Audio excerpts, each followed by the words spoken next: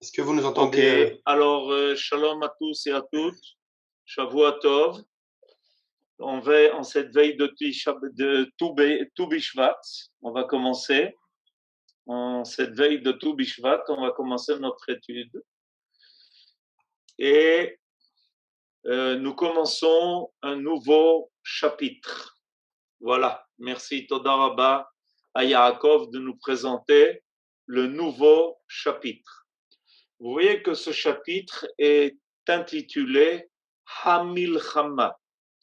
Après le premier chapitre, qui était un chapitre qui concernait Eretz Israël, la valeur de la terre d'Israël, nous passons au deuxième chapitre qui s'appelle la Milchama. La Milchama, c'est la guerre. Et avant de commencer l'étude dans le texte, je voudrais faire une brève introduction. Le monde, depuis très longtemps, connaît des guerres. Et le phénomène de la guerre a été étudié sous un aspect historique, sous un aspect sociologique, même sous un aspect psychologique. Et évidemment, chacun a amené sa théorie pour la compréhension de ce phénomène qui malheureusement est un phénomène tellement généralisé dans l'histoire de l'homme. Mais voilà que il y a un aspect de la guerre qui doit être approfondi, qui doit être compris à son niveau moral et à son niveau spirituel. Or, ces derniers siècles, on s'est rendu compte qu'il y a eu des guerres énormes qui malheureusement sont apparues dans le monde. Ça a commencé avec les grandes guerres de Napoléon, ça a continué avec la première grande guerre mondiale, ça a continué après une brève interruption avec la deuxième guerre mondiale. Et entre-temps, d'autres guerres aussi sont survenues un peu partout dans le monde. Et personne ne peut assurer qu'on a terminé avec ce phénomène. Donc, on a ici affaire à un phénomène très large qui englobe de plus en plus l'ensemble de l'humanité. Avant, les guerres étaient localisées. Les moyens ne permettaient pas d'élargir les guerres au-delà de certaines frontières. Plus le monde s'est développé, plus le monde s'est modernisé, et plus la guerre est devenue un phénomène de plus en plus mondial. Et c'est pour ça que les dernières guerres ont été appelées des guerres mondiales. La première guerre mondiale de 14 à 18, la deuxième guerre mondiale de 39 à 45. Il y a donc ici un phénomène qui est de plus en plus général. Or, nous avons un principe important. Ce principe est que plus quelque chose est généralisé, plus il n'est pas seulement un phénomène qui dépend de la volonté de l'homme, mais qui va au-delà de la volonté de l'homme. Quand il y a quelque chose de très localisé, de très maîtrisé, il y a ici quelque chose qui, en général, dépend de la volonté de l'homme seulement.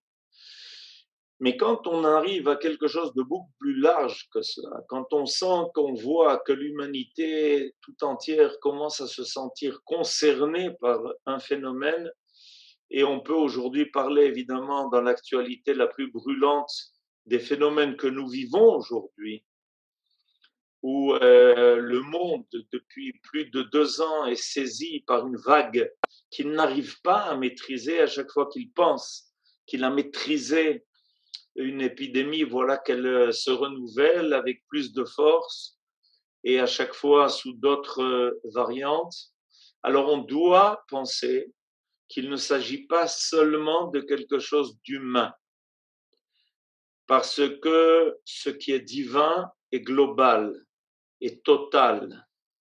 Quand on parle de quelque chose d'humain, on parle toujours de quelque chose qui est limité à la pensée de l'homme et aux moyens que l'homme a.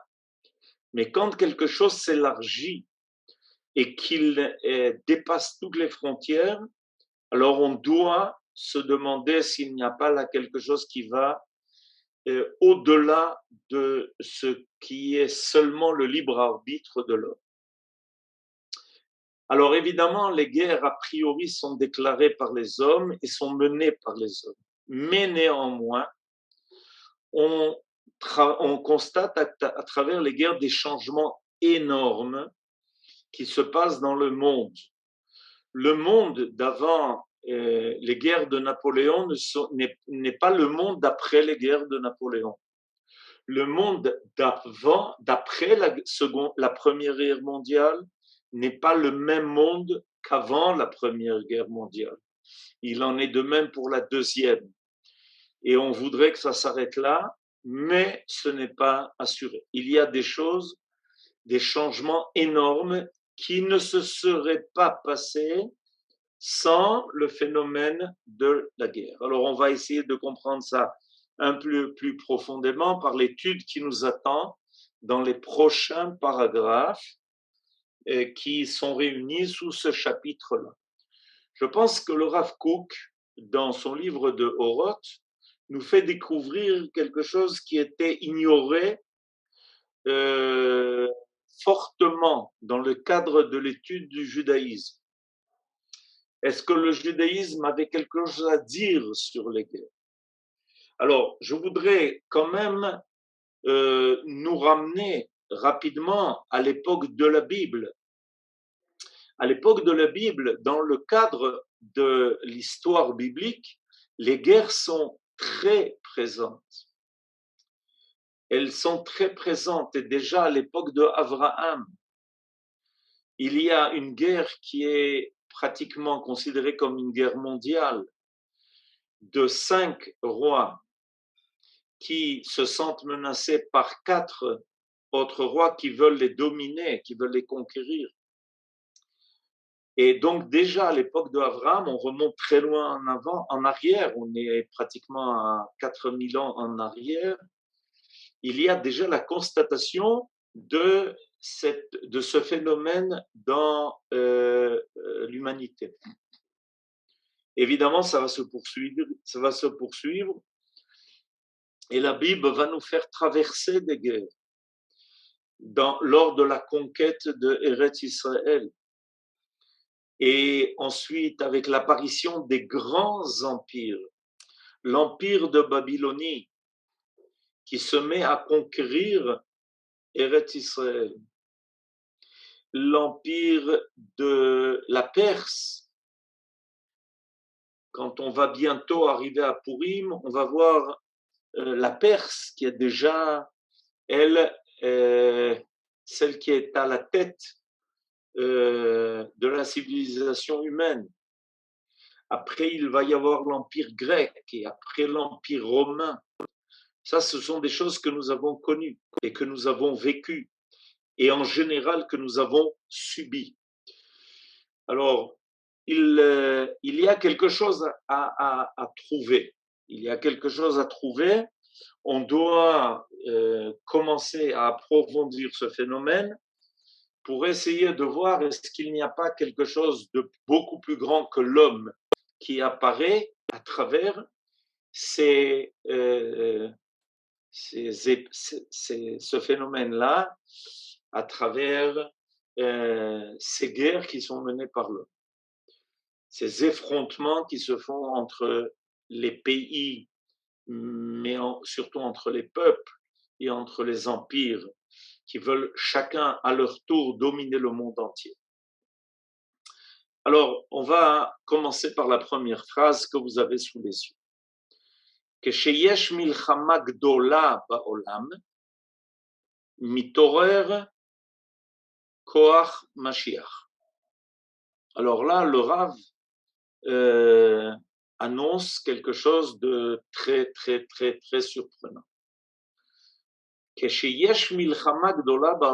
se déclare une guerre généralisée, Gdola, une grande guerre, c'est-à-dire la grande guerre, c'est-à-dire quelque chose de généralisé.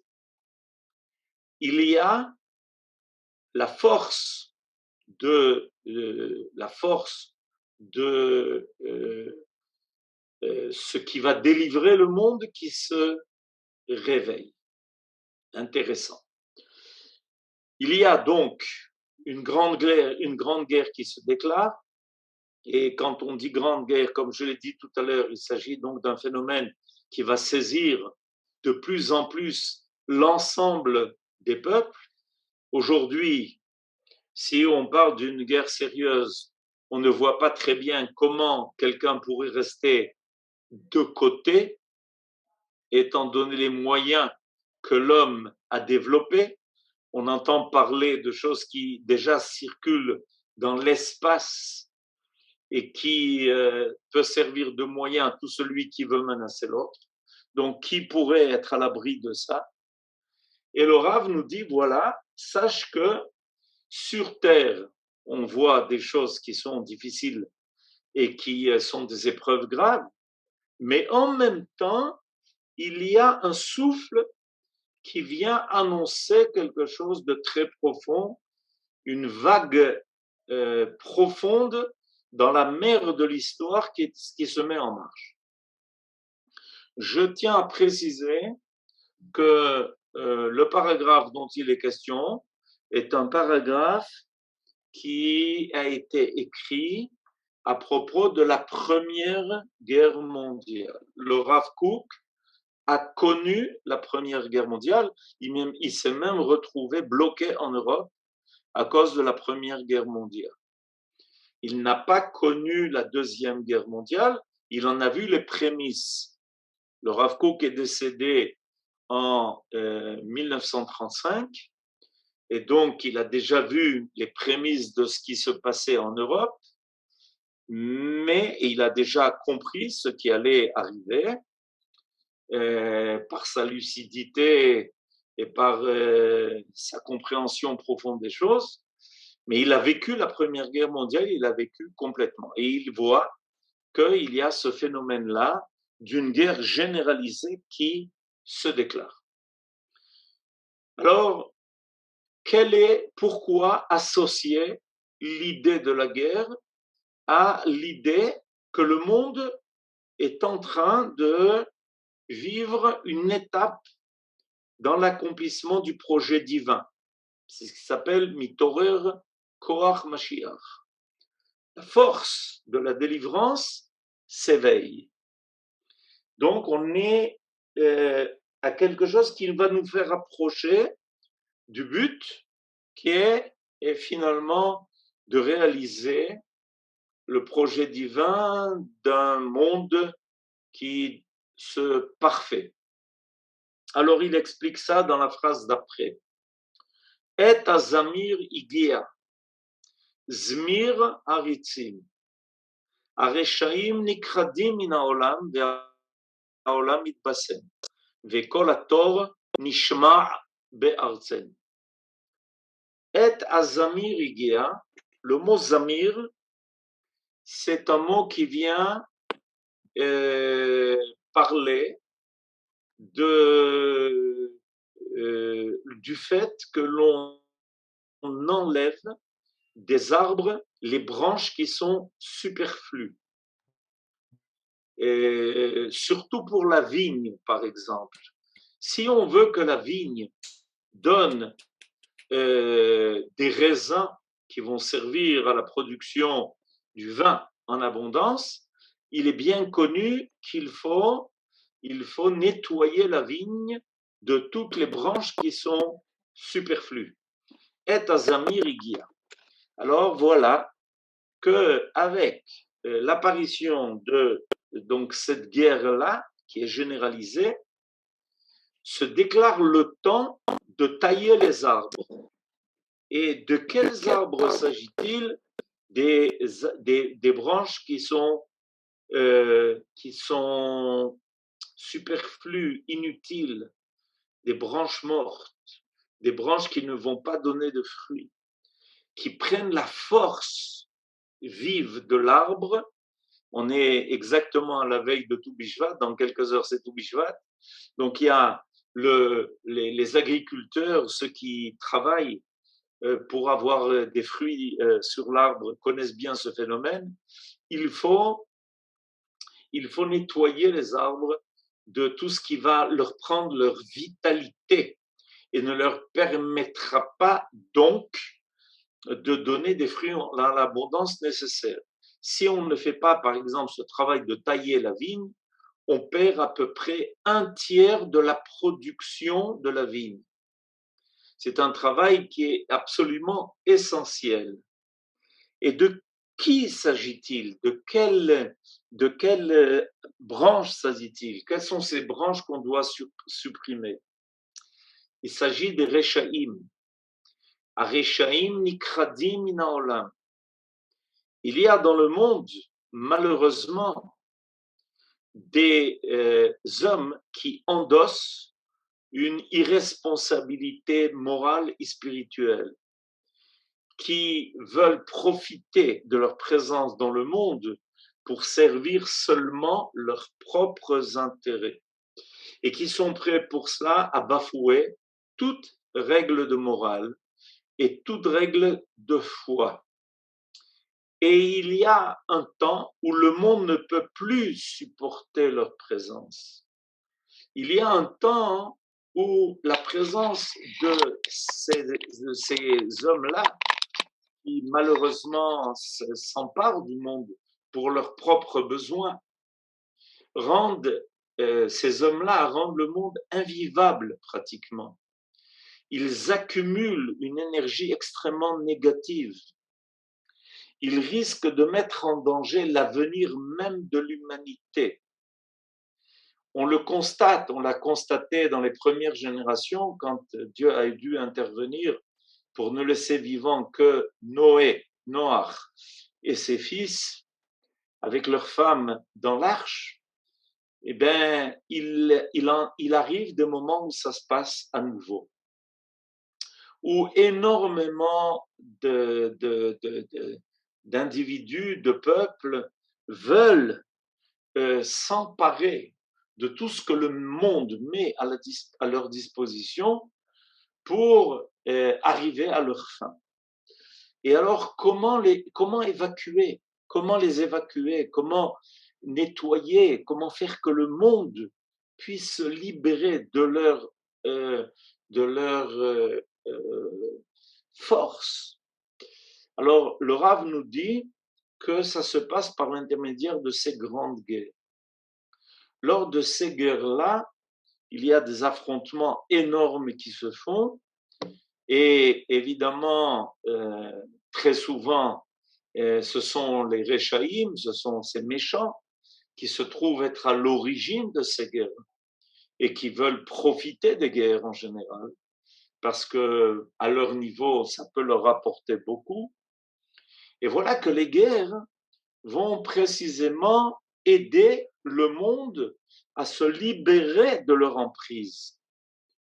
Essayons de réfléchir à ce qui s'est passé il y a de cela 80 ans en arrière.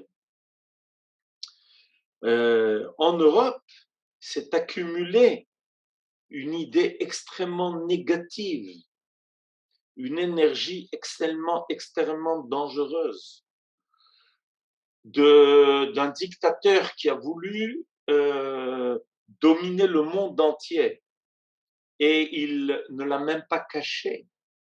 Et tous les moyens étaient justifiés. Et évidemment, sur son point de mire, il avait le peuple d'Israël qui, par ce qu'il amenait au monde, voulait au contraire amener le monde à quelque chose de meilleur que ce qu'il était.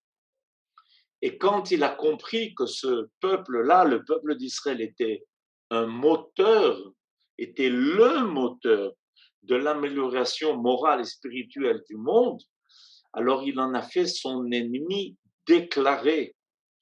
Et il n'a accepté en aucun cas leur présence dans le monde.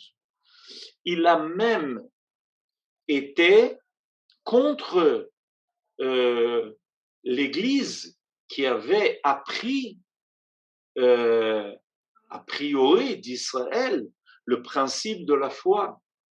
Et il avait accusé même l'Église d'avoir été sur le chemin d'Israël, en voulant adoucir les mœurs, en faisant que les hommes aient une moralité plus élevée, qu'ils adoptent les principes fondamentaux de vie qui étaient énoncés dans la Bible. Pour lui, c'était exactement le contraire de ce qu'il voulait. Il voulait, au contraire, que l'homme se dégage et que l'homme mène son histoire de la façon la plus sauvage. Et il n'a hésité en rien, y compris tout ce que malheureusement nous avons tous appris sur la Shoah. Alors, Akadosh Baruch Hu trouve les moyens de vidanger le monde de ce danger. Et voilà, ça apparaît. Et ça s'était déjà arrivé lors de la Première Guerre mondiale, où tout d'un coup, on a vu combien l'homme pouvait se déchaîner en faisant les pires choses, en se servant de gaz pour asphyxier, et que finalement, ça n'a pas duré longtemps, puisque réfléchissons, entre la Première Guerre mondiale qui s'est terminée en 18 et la Seconde Guerre mondiale qui était en préparatif en 38, il y a eu en tout 20 ans qui se sont écoulés. C'est-à-dire que la Première Guerre mondiale a réussi à évincer une partie seulement du mal qui n'arrêtait pas de s'accumuler dans cette théorie grave. Et voilà que la Seconde Guerre mondiale devait obligatoirement venir compléter, et on aurait voulu qu'elle ait fini ce travail. Et voilà, le Rav maintenant va continuer son analyse en nous disant que malheureusement la guerre est quelque chose de grave et quelque chose de difficile. C'est vraiment dommage que l'homme doive arriver à cela pour évacuer le mal, au lieu que ça se fasse par l'étude, que ça se fasse par l'idéologie nécessaire, que ça se fasse par la volonté de faire de notre monde un monde meilleur. Malheureusement, il faut cette explosion qui s'appelle la guerre pour libérer le monde de l'emprise de ceux qui veulent à tout prix décider de l'avenir du monde selon leur bonne volonté, qui en général est destinée à un but qui est tout à fait négatif. Et entre autres, pendant les guerres, les innocents sont atteints. Des nombreux sont ceux qui vont payer cher sans pourtant faire partie de ceux qui doivent être évincés de ce monde. Nombreux sont ceux qui vont être aussi touchés gratuitement. Hayechidim, je lis la phrase d'après. Hayechidim anispim belo mishpat. C'est-à-dire que malheureusement dans les guerres, on rencontre tous ces cas de ceux qui vont être atteints, qui vont quitter dans la tourmente de la guerre, dans la tempête de la guerre, qui vont quitter ce monde, sans que Béhémet, sans que véritablement on ait quelque chose à leur reprocher, comme on l'a vu malheureusement dans chaque guerre, combien d'innocents, combien de gens extraordinaires vont payer de leur vie ce phénomène-là, qui a un but général qui est nécessaire, mais ils vont payer de leur vie cela. Chez Betor, parce que dans le cadre de cette tempête qui déferle sur le monde, la guerre, eh bien, ils vont y laisser leur vie. Mais il va y avoir quelque chose qui va aussi aider le monde dans cela. Yesh ba mimidat mitat tzadikim hamechaperet. Il y a là, dans ces innocents qui payent de leur vie, quelque chose d'extraordinaire qui va purifier.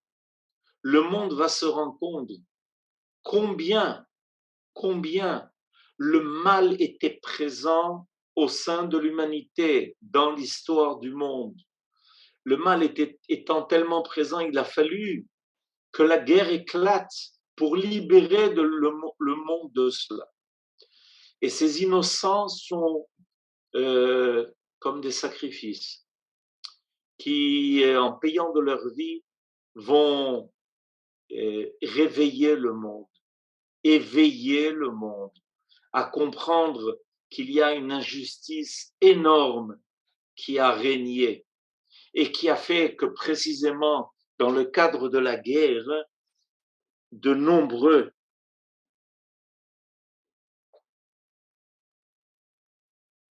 j'ai pas très bien compris. On va essayer de comprendre un peu plus tard la question qui m'a été posée. Et ça va amener quelque chose d'énorme. Tout d'un coup, le monde va prendre conscience. C'est ce qui lui est arrivé d'ailleurs après la Seconde Guerre mondiale. Il y a eu tout d'un coup un éveil de conscience. Après la Seconde Guerre mondiale, il y a eu tout d'un coup quelque chose qui a fait que le monde s'est ressaisi en disant « c'est pas possible ». Mais qu'est-ce qui nous est arrivé? Évidemment, la conséquence va en être qu'on va essayer de faire que ça ne se renouvelle pas. On aurait tellement voulu que ça réussisse et qu'on n'ait pas besoin d'une expérience de plus pour cela. On aurait tellement voulu cela.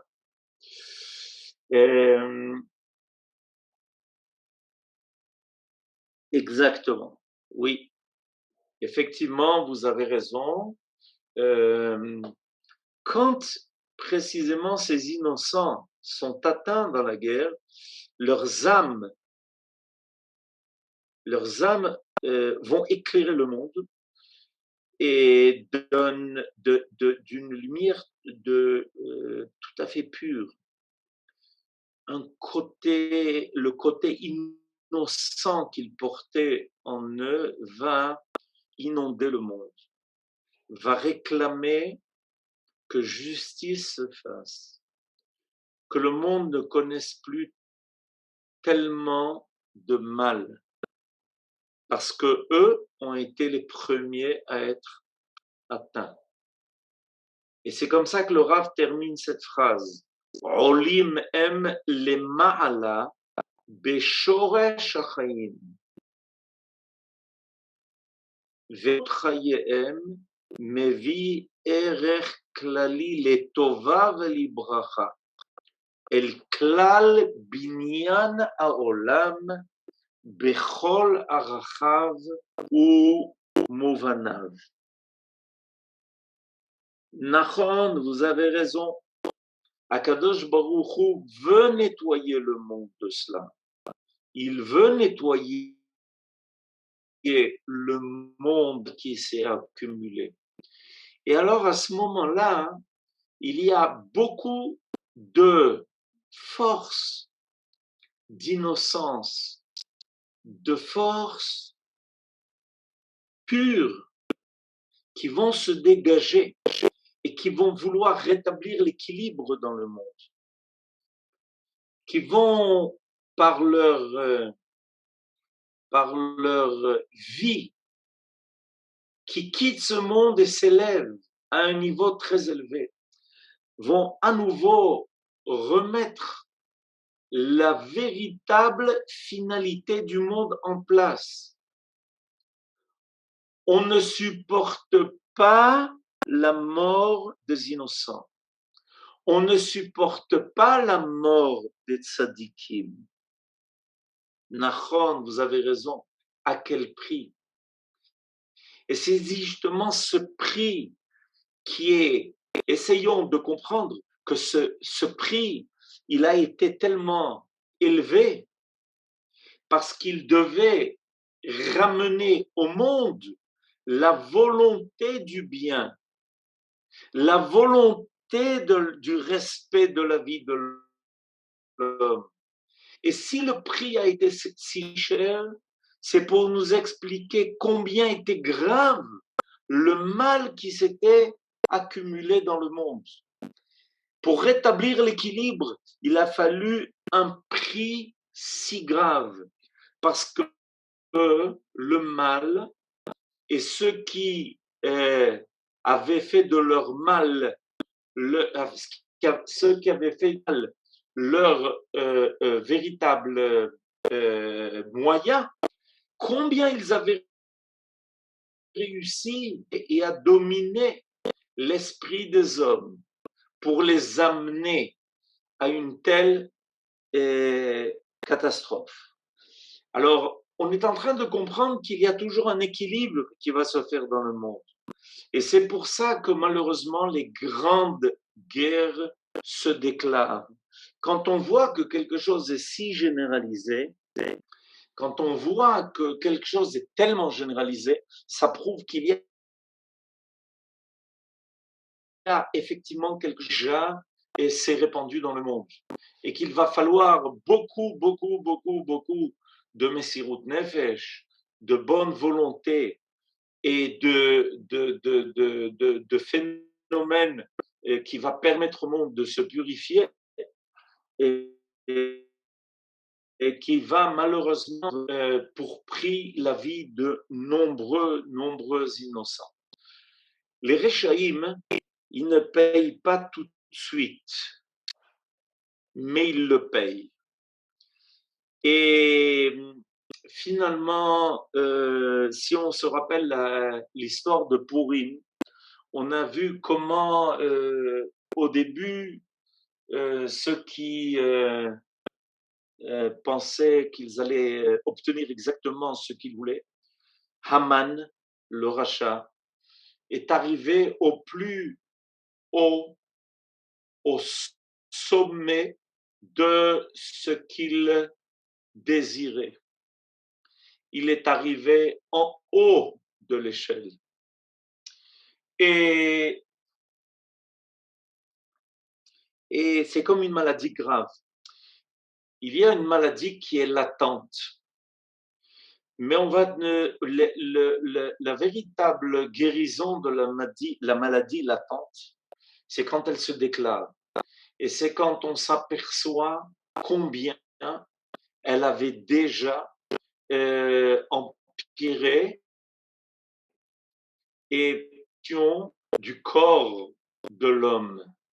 Et quand elle se déclare et qu'il y a des symptômes, alors tout d'un coup, il y a une mobilisation qui se fait pour lutter contre la maladie. Tant que la maladie est restée latente, alors il n'y a pas eu encore de mobilisation qui s'est faite. On ne va pas encore chez le médecin. On attend parce qu'en fait, on pense qu'on n'est pas encore malade. Le monde, imaginez-vous, continuait de vivre comme si rien ne se passait, alors que tous les signes le montraient. Et tout le monde pensait qu'on allait pouvoir franchir cette maladie grave d'un homme qui n'était pas un homme,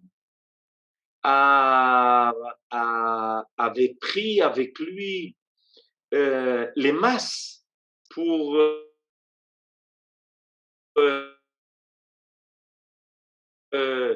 complètement déclaré. Seulement quand ce mal est complètement apparu, que à ce moment-là, le monde commence à se mobiliser.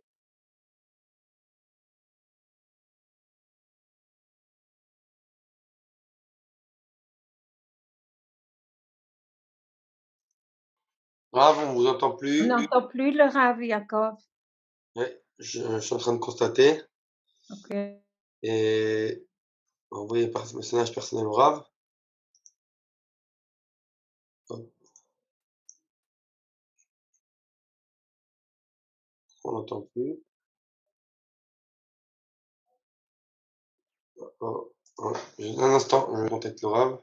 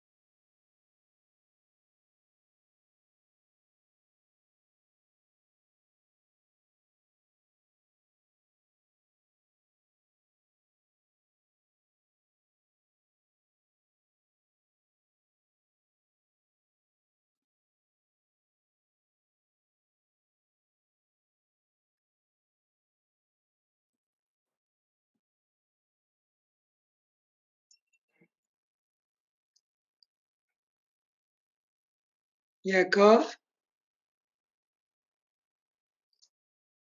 Il est en train d'arranger, essaie de parler avec Rav. Alors, un instant, le Rav a encore une fois un problème avec son internet. Je règle le problème tout de suite et je suis à vous là. J'en ai pour une seconde.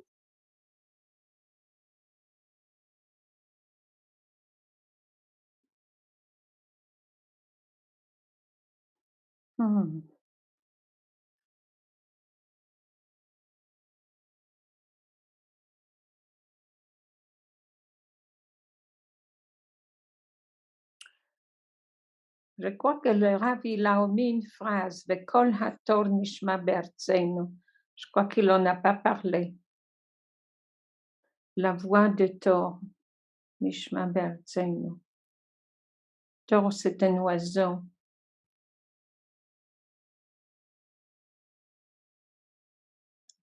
vous savez quand est-ce que ça a été écrit, le Oroth? Et les Oroth, je crois, 1900, à mon avis, après la guerre, donc 1920. Quelle guerre? La Deuxième Guerre La ou la première, Première? non, le Rav est mort en 1935. Ah oui, donc il n'a pas connu la Deuxième Guerre Non, mondiale. c'est ce que le Rav Il a dit qu'il n'a connu que Ben la Ishaï, il a dit qu'il n'a pas Ouais. connu. Il a vu l'Aliyah au Shilton de Hitler. Oui, il a vu la montée. Il a vu la montée, mais il n'a pas. Là, je pense que quand il dit Kol Hator Nishma Be'artzeinu, il fait allusion à la déclaration Balfour de 1919. Mais je crois que le Rav, il a omis la phrase. Oh, j'ai pas entendu. Merci. C'est ce qu'on peut dire qu'après la Deuxième Guerre mondiale, le 29 novembre, la réunion des Nations Unies qui nous ont donné la possibilité de venir ici, c'est ממש כל התור נשמע בארצנו. Et, יעקב? ouais, voilà. Le Rav est ici, mais c'est bon. Tout de suite, on le ramène. Rav, vous entendez? Pour au moins conclure le cours. Il nous reste que quelques minutes. Rav? Est-ce que vous nous entendez?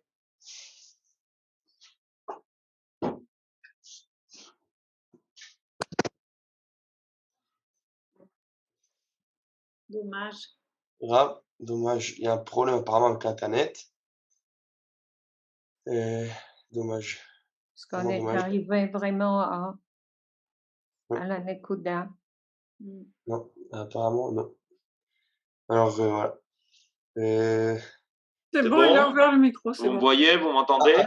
Ah oui, on vous entend, on vous oui. voit plus, une seconde. Pourquoi je vous vois C'est pas? Oui, bon? on Vous vous voyez, vous Moi, m'entendez? je vous Une vois. seconde. On Hop. vous entend. Maintenant, Alors, on je voit. voudrais donc conclure le cours. Merci. Vas-y. Alors, voilà, je voudrais conclure le cours. Alors, il y a, rappelons-nous qu'il y a quand même deux grandes choses extraordinaires qui se sont passées avec l'évacuation du mal qui s'était accumulé dans le monde. On a eu, à la suite de la Première Guerre mondiale, la déclaration de Balfour. Oui.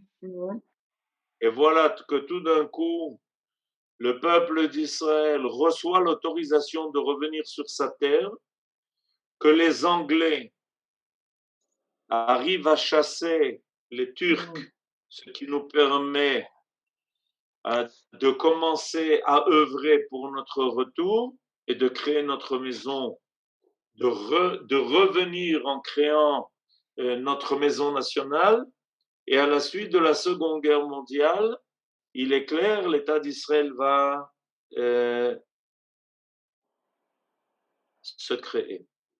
Et donc, l'évacuation du mal dont on a tellement parlé aujourd'hui, mais qui est un point extrêmement important à comprendre, cette évacuation du mal va libérer quelque chose qui était bloqué. Et cette libération de cette énergie, c'est un phénomène qui est d'ordre divin. C'est pour ça que le Rav a parlé au début du paragraphe de ce Koach Mashiach Shemitorer. C'est-à-dire qu'il y a une volonté de faire apparaître dans le monde quelque chose de bien, de meilleur. Et les hommes, malheureusement, mettent des obstacles, se font